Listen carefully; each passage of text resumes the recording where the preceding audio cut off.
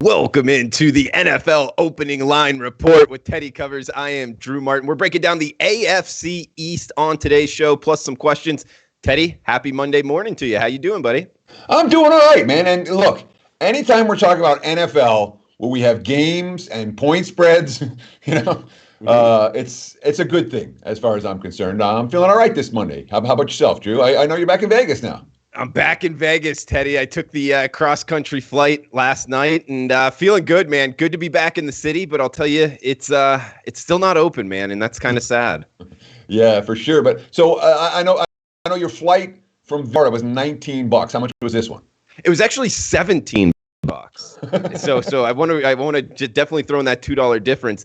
It was like $158 on. So it's real tickets now. You got to actually pay for them. Yeah, I mean, there's no middle. You can't sit in the middle seat, so it's they got to charge a little more. But still, it's other than the pandemic, it's not a bad time to fly, which is kind of a weird thing to say. But Teddy, let's give the people what they want, man. We got AFC East. We also have some questions, man. Some good ones on Twitter. And for a change, want to start off at the top here. We got Daniel Rosen. Hey, Teddy Covers, great show. Curious what your thoughts are on Broncos and Locke. And anything from schedule really jumps out. So overall question here on the Broncos, the quarterback position, and anything with their schedule from Daniel on Twitter. Let me start with this, okay? I'm a Vic Fangio fan. Mm-hmm. All right. And when we look at everyone talks about the sexy pieces and the sexy pieces. When we look at Denver's defense, that's, I'm hearing a lot of love for the Chargers defense. I got a fair bit of love for the Broncos defense. It may well be the best defense in the division. So anytime you're talking about you have the best defense in the division, you want to be that's a team that you're interested in. Certainly, when we look at the offseason for Denver, very positive in my mind. It's a team that needed weapons and line help for their young quarterback, and they got them. You say you go into the offseason, what were the Broncos' needs? I thought they filled their needs pretty well. The question, of course, is going to be Drew Lock. And anytime you have a first-time starter, I know we got some experience last year, but he's a first-time starter in a situation where he hasn't had a proper offseason. So I do have concerns about the quarterback position for Denver, but in general, Broncos are a buy team for me, not a sell team. I think they're more likely to overachieve than underachieve. Best defense in the division, look to be betting on. I like that, Teddy. We got Hobb asking, I'm going to take Atlanta plus 700 and New York Giants plus 800 to win the division. Danny Dimes and Burrow's MVP shots. I think G-Men will be a surprise team this year. Any thoughts on that, Teddy Covers? That from Hobgoblin in Twitter. What were the MVP shots he said? Looks like Danny Dimes. Yeah, and I believe he's saying Joe Burrow. Yeah, don't put money on Joe Burrow to win MVP. Okay. If you think the Giants, there's a lot of things to be concerned about with the Giants. I'll just leave it like that. And he asked specifically about the Falcons and the Giants. Both teams, Atlanta and the Giants, from a strength of schedule standpoint, it is brutal. We talked about Atlanta on the show last week as being a team that it particularly stood out as being I like the Falcons before their schedule came out. I do not like the Falcons anymore. From a scheduling standpoint, Atlanta's really up against it. And from an overall strength of schedule standpoint, I got Atlanta as the hardest schedule in the NFL and the Giants second hardest, Okay. So those in general aren't teams that I want to be betting over the total and or teams that I want to win the division. All that said, of all those bets, Atlanta's a decent team. The Giants are a decent team. I don't like any of them, but I'm trying to think of one in the group that I'd be like, yeah, because I've talked myself out of Falcons to win that division, and I don't. Maybe I'm trying to think if Giants win the division versus Danny Dimes for MVP, which is the better one, but I don't love either one. So good luck. It's not any bets that are on my radar.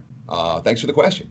Yeah, for sure. Thanks for Hobb and Daniel asking those questions right off the top here. But Teddy, we got AFC East on today's show.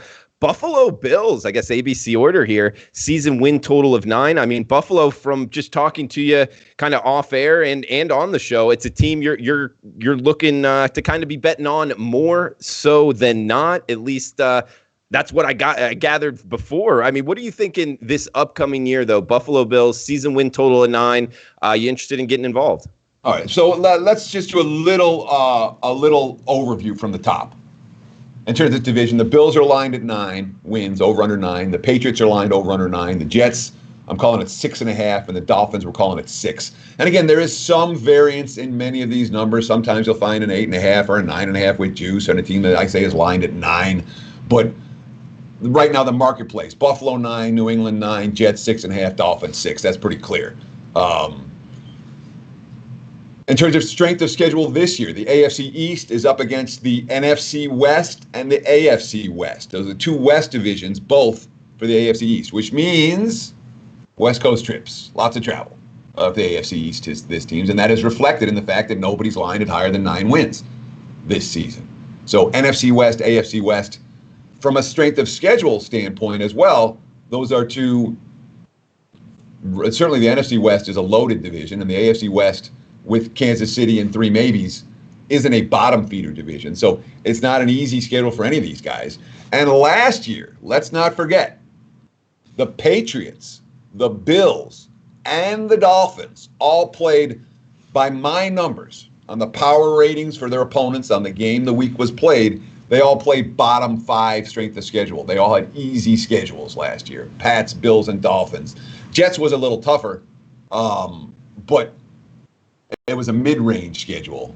But everybody had an easy schedule last year, and this year, that's not the case for the AFC East. So in general, this is not, in my mind, a bet on division.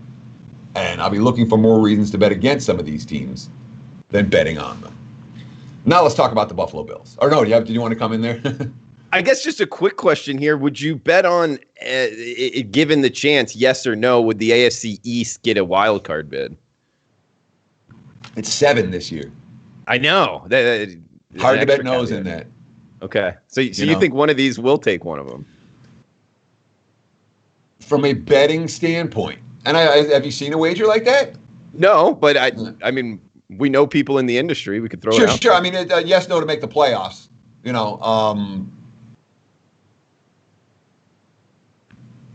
Let's start with this: is that it's a 2-team division.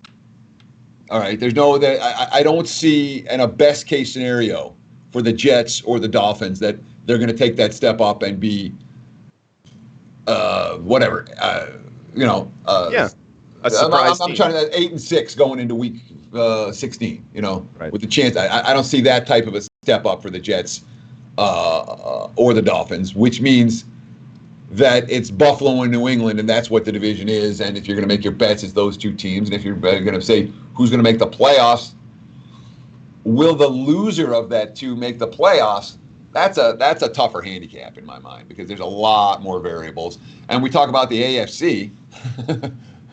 And I wanted to start my talk about with Buffalo what's the 3rd best team in the AFC?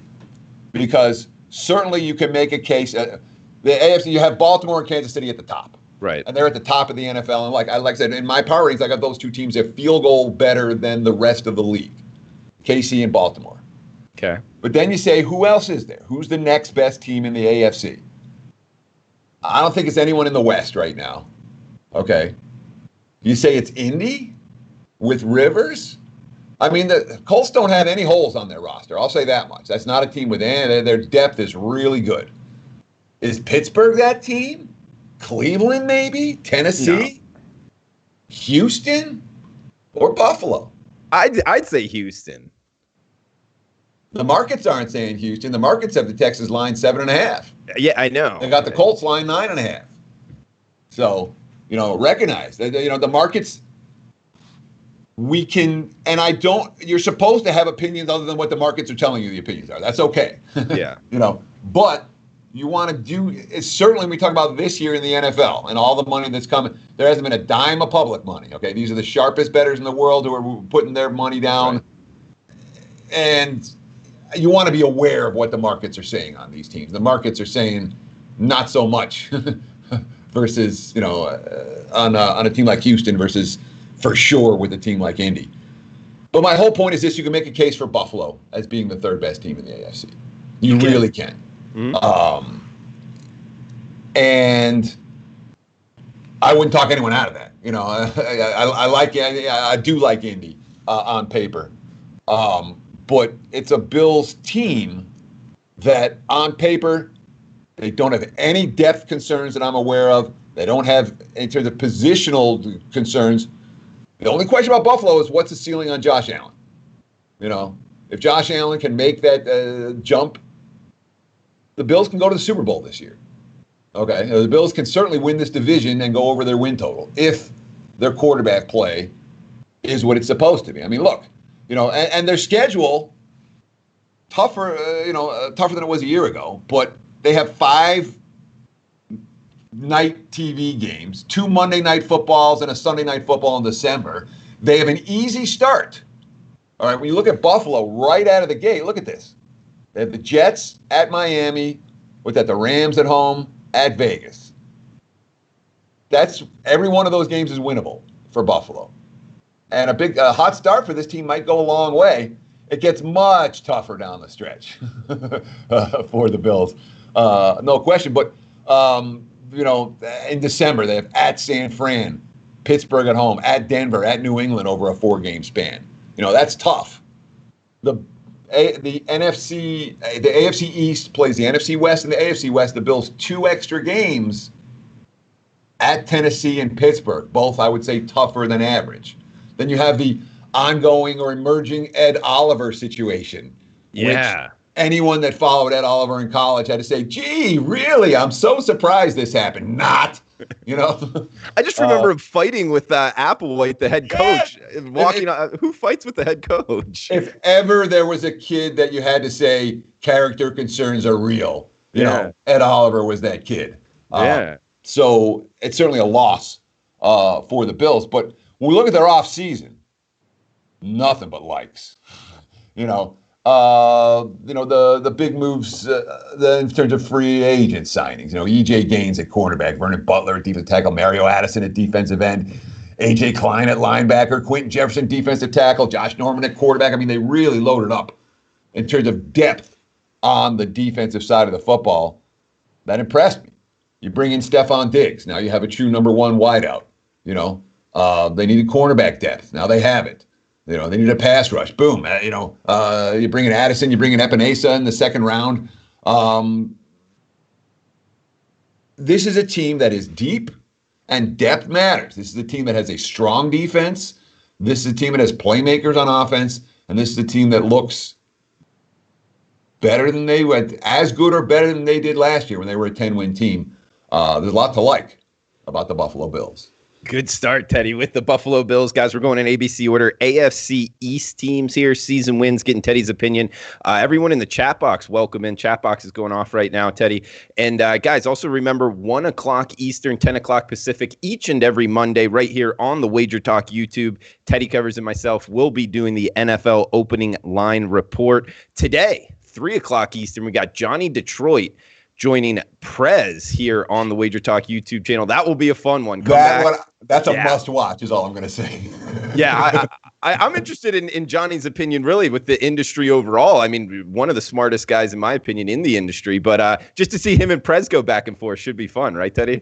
Yeah, I mean, so me and Prez had a little back and forth like that last week.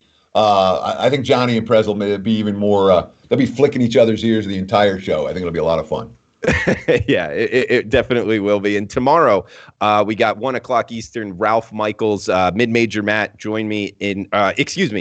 Rob Vino and Ralph Michaels join me, and we break down college football, and then we got the NFL section at 3 o'clock tomorrow. So full slate here on the WagerTalk YouTube. We got Oscar, Scott, Chris, Sir, Herc in the house, Abel as well. Oscar asking a question here, Teddy. I'll read it off to you. Would it be correct to assume that empty stadiums might be a positive thing for rookie quarterbacks? Less noise and distractions. Is that something you think, Teddy?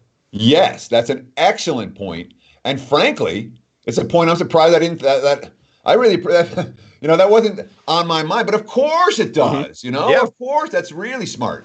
I should have thought of that because you have to think about how that affects the rookie QBs. Because I'm about to talk about, we're going to talk Miami next, and I'm like, right. Miami under. But the fact that there's no crowd noise, it should help the rookie QBs. All that said, quantify it. How much is it worth? Is it worth a point last to the home field, 2 points? I mean, so the numbers I've heard bandied about from people in town here in Vegas is that the home field advantage, which normally runs about 2.5 to 3 points in the NFL, we cut in half in the situation where there's no crowd. Okay. It's still worth something. It's still worth a point and a half because the other team still has to travel. They still don't get to sleep in their beds. There's still familiarity for the home team, et cetera, et cetera. Whether that plays out and the home field is worth anything at all, or maybe it'll end up being worth more. I don't know. Yeah. Well, that's something we're really going to pay a lot of attention to the first few weeks of the season. But certainly when it, now I lost the question. What I wanted one last point.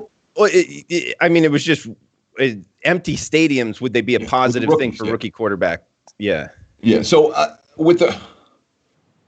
I do think that it could help rookie QBs be not quite as intimidated in hostile environments. I do. But in terms of how much is that actually, like in terms of my powering number and how much you're going to change it, team A, your powering number to make a point spread for a game is not a hard thing. You take team A's power rating, team B's power rating, you factor in home field, and there's your number. When your home fields are in question, how much they're worth, that allows for a little bit more variance in the NFL marketplace than there has been in recent years, and in any year. And that variance is a good thing as long as you have a read on it. I don't know if I answered that question very well. Well, and Teddy, as you're talking, I'm starting to think to myself, because like you said, segueing here into the Miami Dolphins, I mean, it's not like Tua is not accustomed to loud stadiums. Like Jared Stidham, if he gets the start for the Patriots, he's played in loud stadiums. So now that I'm starting to think about this, does it really affect rookie QBs more or help them? I mean, a lot of these rookie QBs have played in loud stadiums before. Sure, but when you look at the track record of rookie quarterbacks on the road in the NFL against the spread, it's not a good one. All right, and that's putting it mildly. But I don't think it's because of the noise and the fans, because they're already accustomed to that. I think it's knowing the playbook and being against better competition on the defensive side. I agree wholeheartedly. However, the noises and the fans are a piece of that. When you're not as familiar with the playbook and the talent is that much greater, the fact that you're in a situation where the fans are impeding on a difficult,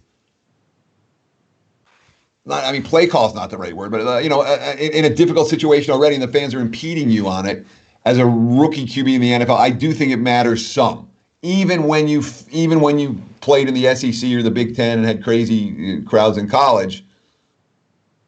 It's not the same thing as doing that at the NFL level with an NFL playbook and NFL talent going against you.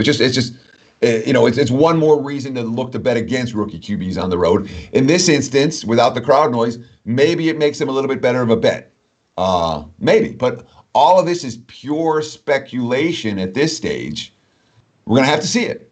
We talk about playing and how an NFL game plays out without a crowd. That is something that we're really going to have to see. And we're going to have to try to read between the lines to figure out which teams are self-motivated. Because it's going to come down to which, the one thing watching all these Jordan, watching The Last Dance is really, punched into me one more time. It's not always about the stats. It's not always. It's about the personalities of the superstars. You're right. Yeah. Who's driven, and that's gonna, in my mind, mean a lot this NFL season. Yeah. Either way, great question there, Oscar. I mean, I think you can look at it a bunch of different ways. We got Scott saying Josh Allen is Trubisky when he stops running. I could see that as well. Chris WagerTalk, welcome in, buddy. Scott Brown in the house. Houston over the Bills, talking about that. Who's the third best team?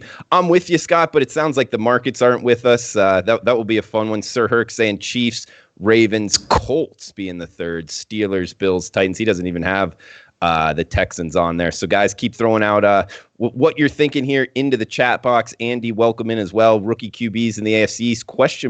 Tua will not be starting. I'm with you. I don't think he's going to be starting off the bat either, Teddy, but we got the Miami Dolphins up as the next team here, 6.5 or 6. I think you can get both numbers for their season win total out in the marketplace right now. Overall thoughts on the Dolphins this upcoming year, Teddy? So Miami last year, the first 4 weeks, they lost 59-10 to Baltimore. It wasn't that close. No. They followed that up with 53-0 to the Patriots. It wasn't that close.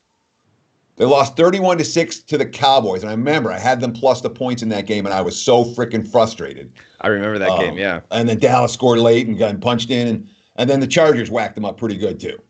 So their average margin of defeat in their first 4 games was 37 points a game. They scored 26 total in those first 4 games. The worst team in NFL history.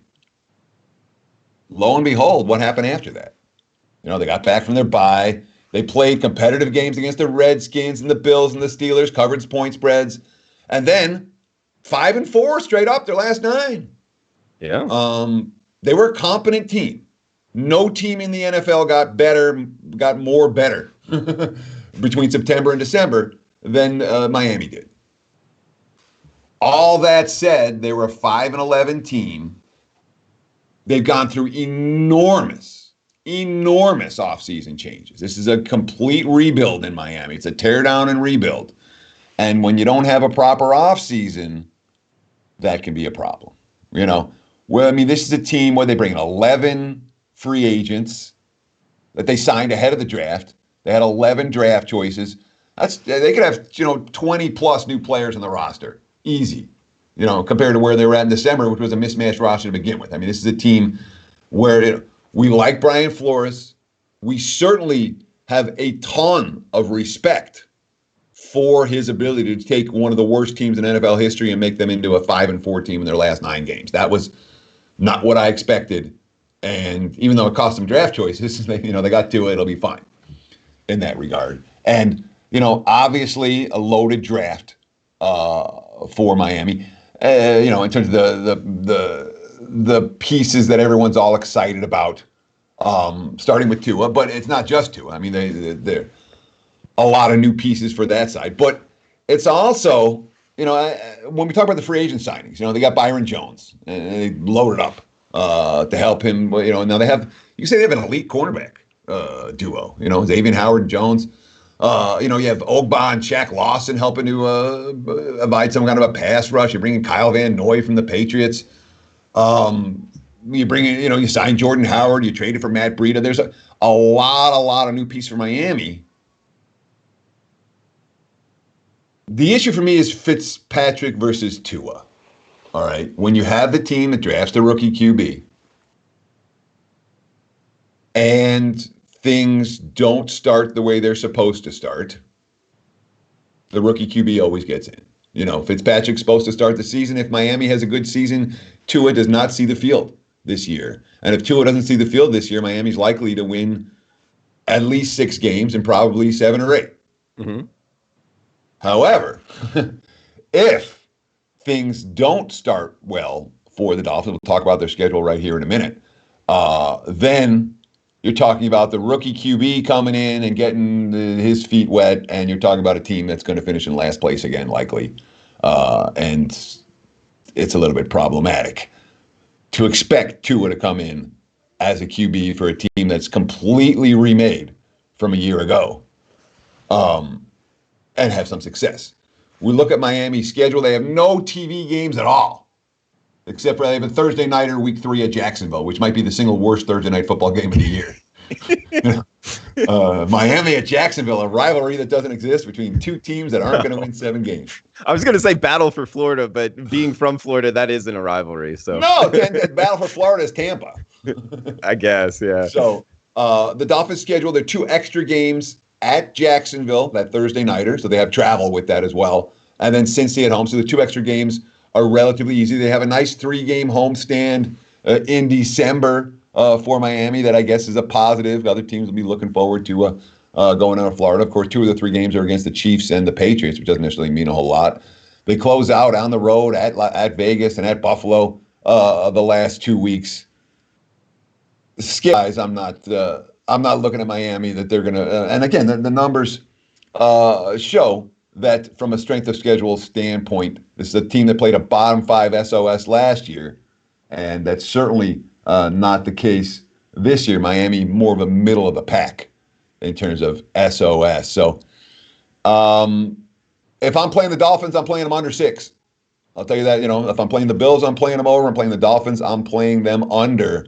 I think this is a team, for all the success they had over the back half of the campaign last year, Some of it was a little bit fraudulent, and they're no closer to being anywhere near where they wanted to be in rebuilding from the start of last year than they are at the start of this year. It's the process. This is a trust the process for Miami. They're the 76ers.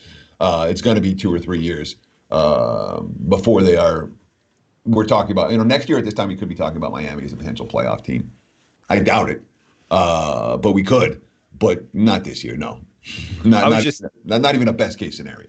I was thinking that as well. 2021 might be Miami's year. We got we've got Andy in the chat box saying, I agree. Miami is rebuilding. We'll be playing last place teams like them, maybe 7-9 season. NFL 101 question here, Teddy. The schedule setup. You said the AFC East plays the NFC West and AFC West this year, Correct. So travel will be an issue. But my question being, Miami being last place, how does that factor into it? Well, that's how. So I keep talking about the 2 extra games. Yeah. For each team, and that's the last place. The where you finished in division gives you 2 games. You play 2 other teams that finished in last place last year. When you finish in 3rd place, you play 2 other teams from your conference that finished in 3rd place, 2nd place. It's the same thing for all of that. So for Miami, the fact that they get with their 2 extra games, Jacksonville and Cincinnati, that's a big part of the reason why their strength of schedule is what it is, as opposed to being one of the tougher ones in the AFC. And is that just randomly selected, or was there somebody in there going, oh, Jacksonville is close to Miami, well, and I don't know why. Oh, and then maybe they would have the 2 first quarterbacks playing with Cincinnati and Miami, or is there anything to that? I think that's right. It's the exact formula for how they pick the 2 extra games. I couldn't tell you. I know that it's based on that there's 3 other teams in the conference that finished in the same place in the division that you did. You end up playing 2 of them, but I don't know how they determine which 2 of the 3 that you end up playing. Okay, and then the other one-on-one question here is, with travel being a big thing for the AFC East, and in college, I try to use this, but I'm not sure that there's anything to this in the NFL. Do teams travel differently? So the teams that, have a multi-billionaire owner that spend the money for the nice travel accommodations, is there any, and then some teams maybe not so much, is there anything to that in your betting? Everybody travels nice in the NFL. It's all the same. Okay. There's nobody. It's comfortable chartered flights. It's not an issue where, the issue is the, and they're all used to doing it. In many ways, I worry about travel a lot more when you have weird stretches. We have 4 out of 5 on the road. When you play on the West Coast a travel game one week and then the East Coast the next. I don't worry about travel just for the sake of travel. That said, there's an advantage to traveling less. No team travels fewer miles in the Baltimore Ravens this year. That's a legitimate advantage for Baltimore. Whereas many of these teams from the West Coast, where they're facing the AFC East this year, there's a whole bunch of West Coast, East Coast travel this year. Some of the teams from the West Coast really are going to be up against it, including Seattle. Seattle travels 1,000,000 miles this season. So the travel, it matters. And when we look at Miami, they play, 2, I'm not calling West Coast games back-to-back, but they're at San Fran, at Denver in back-to-back weeks. And I would expect Flores to keep them out west during that span. We know the Patriots are going to do it. We'll talk about them in a minute. But when you have those back-to-back West Coast games and teams were allowed to schedule and request back-to-back games, so the smart teams take advantage of that. And give themselves a little bit less travel situations. But and meanwhile, Buffalo doesn't have any though. They play a couple of back-to-backs on the road, at Vegas, at Tennessee. That's not a okay, let's stay on the road dealio. At Denver, at New England. That's not a okay, let's stay on the road dealio either. So Miami might, New England will, Buffalo won't, when it comes to some of the nuances of the back-to-back roadies and who's going to stay out there and who won't. Okay, and Teddy, last thing here on the Dolphins, we got Sir Herc saying, I disagree. I see Brian Flores getting the best out of this team, the best being 7 or 8 wins. I'm kind of leaning with him, Teddy, with Sir Herc here in the chat box. Just that is a great profile that I circled a bet on. 5-4 down the stretch after that start. I mean, that tells me they had a good nucleus there in the locker room, something that I would look to bet on. Now, there was a lot of changes, which I'm not exactly sure why, because I would say the mindset was good in the Dolphins locker room last year, being a bet on for this year. Absolutely was good last year. Fitzpatrick and Flores were great leaders for that team, both of them. And they wildly overachieved down the stretch. Let's go through Miami's schedule real quick. All right. At New England week 1, they're going to win that game? I New England. I wouldn't say they're a favorite, but it's not no chance. All right. Home against Buffalo week 2. They're in it again. All right. At Jacksonville week 3. They're in it again. On a Thursday night game, short week, off back-to-back divisions. They're in the game. I don't think they're not favored to win any of those games. They could be 3-0. Seattle at home, at San Fran, at Denver, Chargers at home, Rams at home, at Arizona. They're not favored in any of those games. Not a one. Not a one. So if I'm not saying that they may not overachieve, but for Miami to actually go over this win total, it's got to be upset after upset after upset. And if it's not, again, with that schedule, at New England, Buffalo, at Jacksonville Thursday night, Seattle at home, at San Fran, at Denver, Chargers at home, Rams at home, at Arizona. Yeah, there's some tough ones, no doubt about it. Once they finish that, now it's 2 a time. I see where you're going there, Teddy. Yeah. And sure, it eases up a little bit down the stretch. They have the Jets bye week Jets, and then Cincy. Sure, they have some winnable games, and then after that, it's KC and New England at home. I mean, but to bet on Miami's win total, you say this team's got to win 7 games. I'm not willing to make that bet. Fair enough. He's Teddy Covers on Twitter at Teddy_Covers. We got the New England Patriots up next. Teddy, talk about fascinating handicaps here, man. It doesn't get more interesting than this one, in my opinion. New England Patriots season win total of 9. Obviously, the change at the quarterback position. Questions all over. Teddy, overall thoughts on the New England Patriots, man? Oh, boy. All right, so the NFL is certainly not doing anything into the Patriots, making them a non-marquee team this year. They got 5 night games, Sunday night, Monday night. Plus, they have marquee matchups versus the Chiefs and the Niners and the Chargers that are all the late game. The Patriots be on TV every other week. And lots of, whether good or bad, the NFL is certainly not hiding them without Tom Brady. And the fact that, you ask the average fan, the average fan probably can't name 3 Patriots right now. Unless you're a Patriot. Probably right. Yeah. Stidham, they're a fairly anonymous team, which is very much in Belichick's wheelhouse. So the 2 extra games for New England, they have Baltimore at home and then Houston. Baltimore a little. That'll be fun. That'll be a fun game. In November, here's a little schedule nuance. They have 6 road games in an 8-week span. That includes a 3-game road trip, although they will get to stay in L.A. For 2 weeks if they play the Chargers and the Rams. They won't have to move at all. But, a situation where anytime you're playing 6 out of 8 on the road and it ends with a 3-game road trip, that's not an easy spot for New England at all. And then, of course, the last 2 weeks to get the Bills and the Jets, where if they're still in contention, that Monday night game on December 28th, I got that circled. That's going to be for the division, I think. Patriots, Bills. That's one to think about.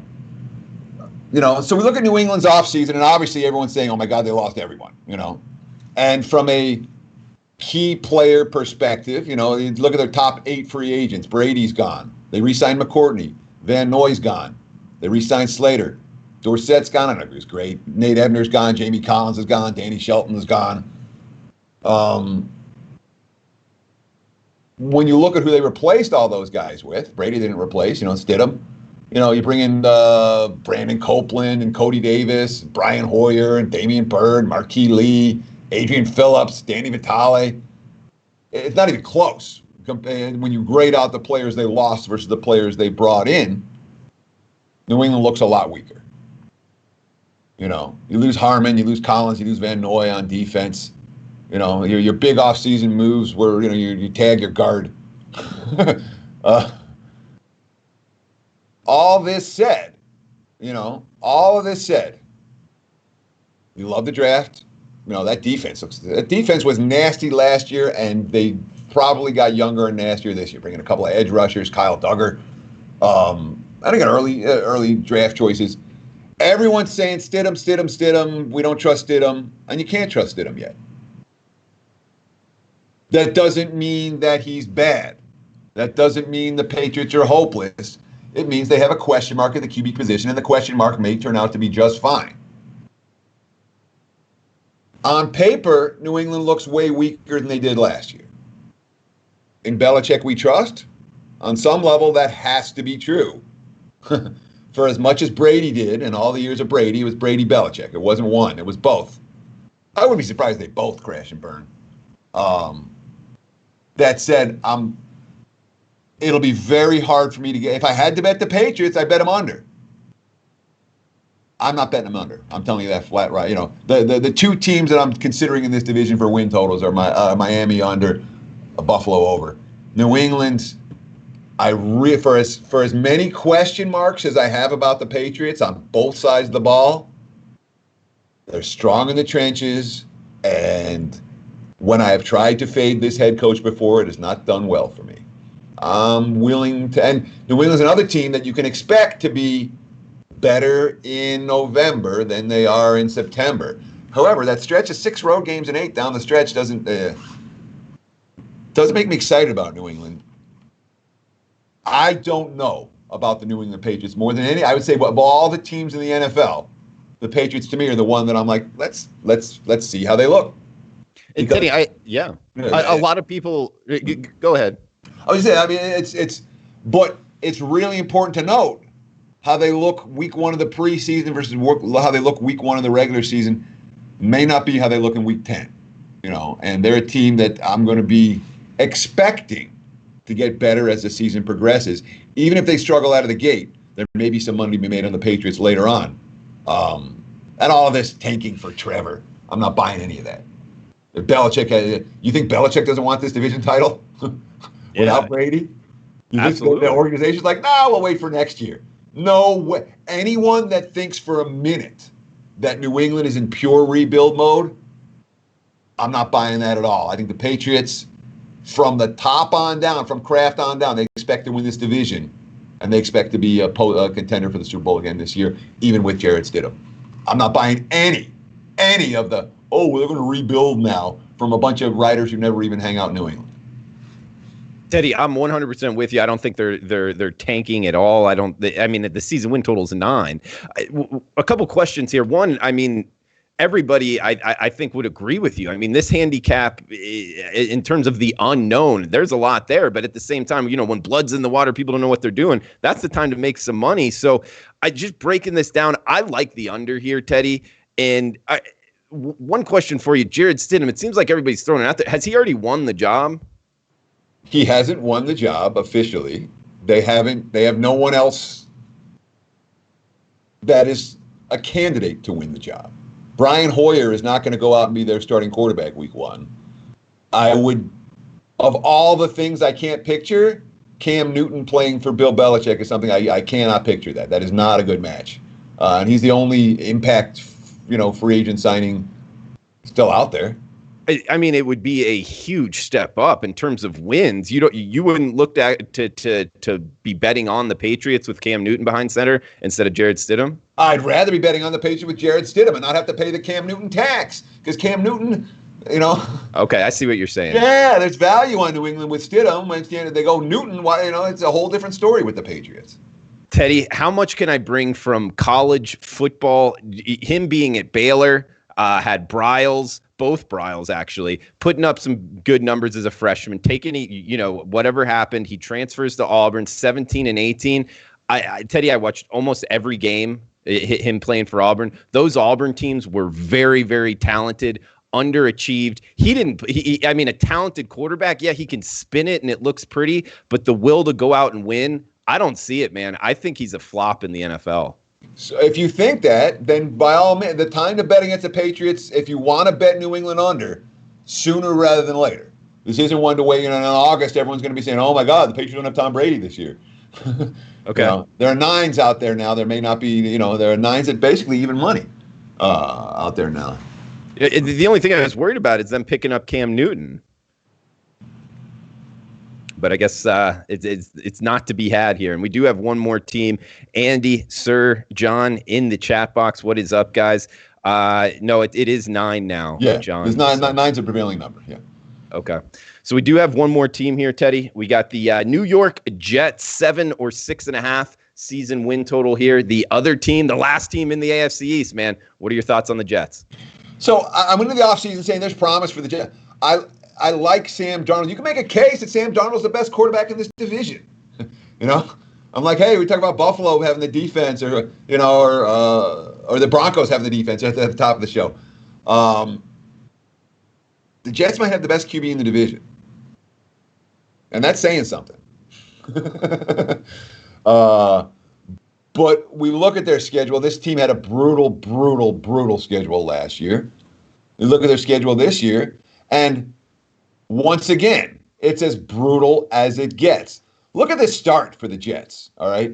At Buffalo, San Fran at home, at Indy, Denver improving at home, Arizona improving at home, at the Chargers, Buffalo again, Kansas City, New England. That's their first 9. That's rough. If they win 2 of those, they had a good first 9 games. Again, at Buffalo, San Fran, Indy, Denver, Arizona, LA, Buffalo, KC, New England. That's all. There's not a bad team in the bunch. There's not even a 7-win team in the bunch. Everyone's 7.5 or 8 higher. They're all 500 teams or better. That's a tough schedule, man. That's a tough start, and it eases up down the stretch a little bit. They have those back-to-backs against Miami with a bye in between. There are 2 extra games.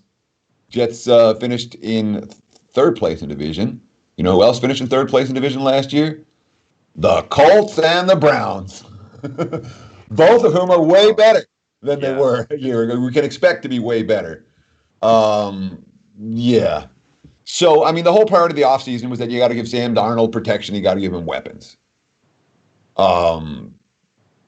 They added 6 players in the offensive line in free agency and the number 1 draft choice in Becton. The offensive line should be deeper and more talented than it was a year ago. Do they have weapons? They lost Robbie Anderson. You bring in Rashard Perriman, who's been nothing but a disappointment in the NFL, but has talent. You bring in Denzel Mims, a guy who, again, you can't expect too much from the rookie receivers. From a skill position talent, even with all the money they're paying Le'Veon Bell, who did nothing last year, the Jets maybe middle of the pack. You're not looking at their skill position and going, wow, this team's got playmakers everywhere. They don't. On the defensive side of the football, C.J. Mosley was a big disappointment last year. They bring in Brian Poole, like he's going to be a difference maker. This offseason was largely about the offensive line and some weapons. For Darnold, I've still got some questions for this team on the defense side of the football, and this schedule is not one that makes me particularly bullish on the Jets. They were a team that I was interested in. I thought there was some potential for the Jets at the start of the offseason. Post all the moves, and once you started to read the tea leaves, I still look at the Jets as not a team. I'm not going to bet them under. But the Jets, I'm not likely to get involved with the win total. I'm really not. Okay. And Teddy, so that's kind of the sum it up there for the AFC East. We do have a couple more questions here off of Twitter as we're going live. Got a question from our friend Donnie Rightside. Asked Teddy why running backs matter. Yeah. So, me and Donnie always gives me. I always give Donnie grief. He talks about running backs that are worth something. Le'Veon, why don't running backs matter? Here's your answer. How much did the Jets pay Le'Veon Bell? How much of an impact did he have on the Jets last year? All right. You look at the teams that spend money at running backs. Your Todd Gurley's getting paid, and not most of the time, not almost all of the time, every time it's a bad contract. Every running back that gets signed is a bad contract. Running backs are replaceable, one to the next. And when you do something really dumb, like spending a bunch of money to sign Le'Veon Bell, you have to deal with it for the next 3 or 4 years. As Jets fans will. I'm not a believer that of all the positions in the NFL, running backs are the most interchangeable. And you always see the Austin Ecklers of the world, coming in, the guy, the undrafted free agent, the 5th round pick, coming in and playing every bit as well as your Melvin Gordon's 1st round stud. Happens every year. You always go back to the Broncos. Terrell Davis, the 6th rounder, was the one who got John Elway Super Bowl rings. Mm-hmm. I'm not a guy that believes that running backs matter. I always loved that mile high salute that he used to do. That was one of the better ones, in my opinion. We got Jordan Pagel asking, is Teddy done with his season win total report? I haven't put it out yet. Okay. I am working on it as we speak. And when it's done, I promise you'll be the first to know. I shouldn't say first to know, but we'll certainly talk about it on the show. I would love to have it done next week at this time. Okay. Well, that will be a fun one, guys. Stay tuned. I can't promise it, but I'm hoping. All right. Sportsmemo.com can find it there. We got Prez back in the seat to end this. Teddy, any kind of last words here in conclusion before we shut this down, man? Oh, yeah, this is fun. We'll do it again. There's a show every day, 10 a.m. Pacific and noon Pacific. That's 1 and 3 on the East Coast, whether it's Sports Memo, whether it's WagerTalk. We're putting out content every day, and good content, Drew. You've been a big part of it. So I encourage you to stop back. Stop back in at noon. And again, we'll do it again next Monday. We'll break down the South or AFC North. I forget. I don't have it in front of me, but it will be one of those two. One of those two, I promise. Yeah, and we'll break it down just like we did today. We'll go in depth. These aren't little quick hitters. This is what are we really looking at when it comes to season wins. All right, Teddy. Well, good stuff. Like always, on Twitter at Teddy_covers. Next Monday, same time, same place. Come back and join us. Tomorrow, 10 a.m. Pacific, we will be back with the college football preview show. And just in a little over an hour, Johnny Detroit joins Prez right here on the WagerTalk YouTube channel. Big shout out to Roger, Abel, Real News, Chris, John, everyone in the chat box. Thanks for chiming in. Guys, please smash the like button on your way out. Have a good rest of the day. Remember to wash your hands, and best of luck with your bets, guys.